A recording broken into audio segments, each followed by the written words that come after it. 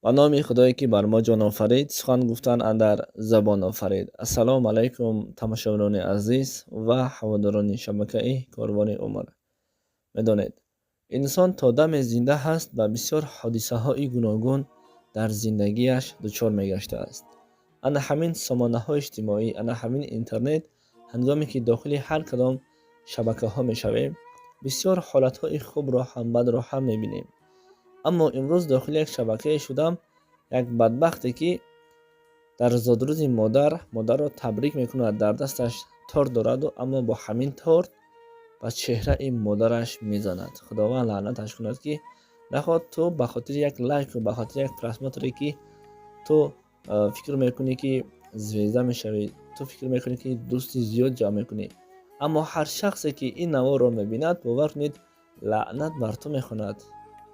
البته هرچند که این جوان تاجیک نبود، ولی چیکار کرد؟ همین گونه نوار کرده در صحیفه خود گذاشت.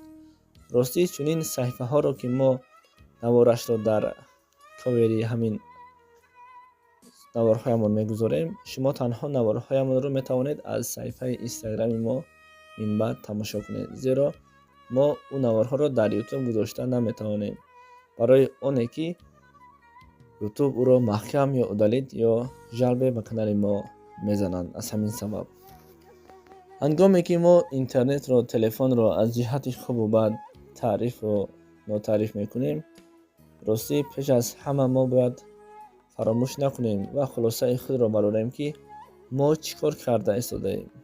راستی اینترنت جهت خوب هم دارد و جهت بد هم دارد. هر آن شخصانی که به خاطر یک لایک، به خاطر یک پرسموتر نوارهای میکند که باور کنید والله قسم انسان در تعجب میافتد. انسان به خود سوال میکند که چرا این کارو کرد و این چی شده باشد، اما این بدبخت باشد به خاطر همین لایک چیکار کرد و تور به چهره این مبارک مادر زد. خداوند خار و ذلیلش گرداند. انشاءالله خداوند مهربان است. هر شخصی که نسبت پدر و مادر یک رفتار بد میکند، از او دیده زیادتر از فرزندانش خواهد دید. سلام علیکم و رحمت الله و برکاته.